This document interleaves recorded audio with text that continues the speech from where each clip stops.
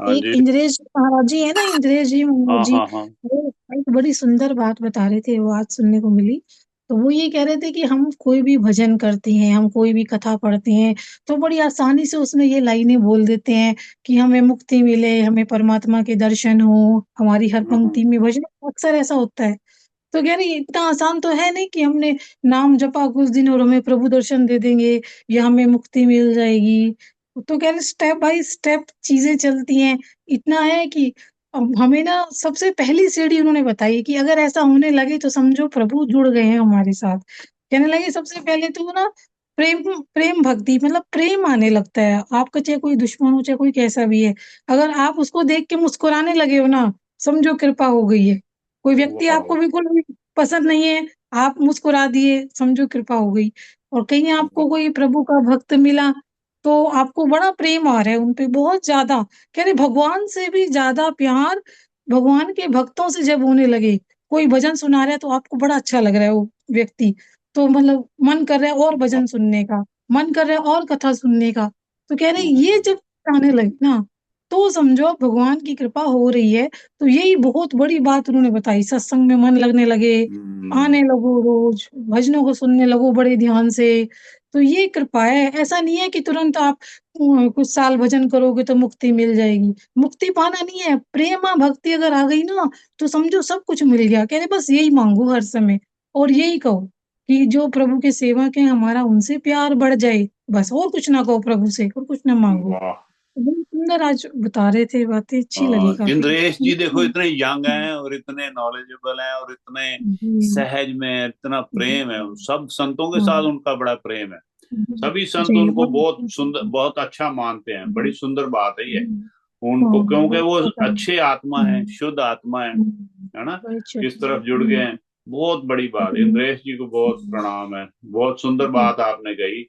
भी जब भाई प्रभु को वही है ना, भी वो जो भी तुमको प्यारा हो, जो भी हाँ तुमको प्यारा हो वो मेरे मन को प्यारा हो, सर का हो ताज मेरी अखियों का तारा हो।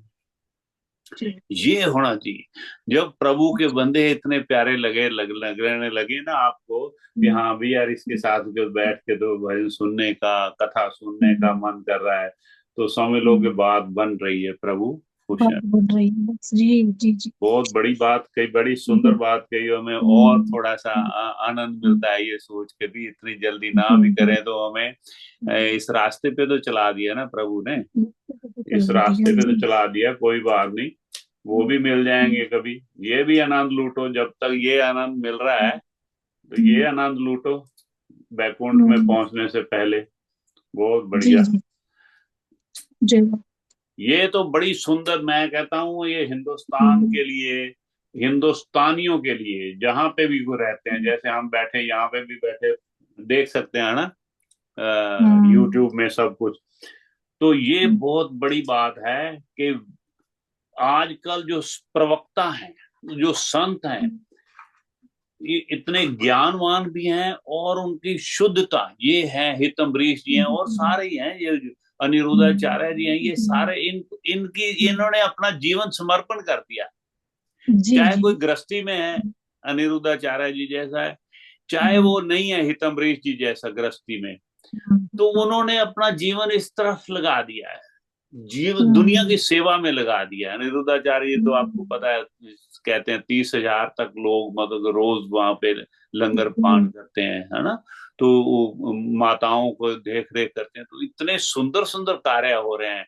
चित्रलेखा जी हैं माता, तो वो इतनी सुंदर खुद हैं, यंग हैं इतनी, और ग्रस्त में हैं, और फिर वो अपनी जो क्रिपल्ड गाय गायों का, है ना, गौ माता की गौशाला चला रही हैं, जो बड़ी सेवा करती जो हैं जी। जो हाँ, चल फिर नहीं सकती हैं अच्छी तरह से, उनका चल नहीं हॉस्पिटल सकती। बना है। तो ये इतने सुंदर सुंदर कार्य हो रहे हैं, मैं कहा हिंदुस्तान में।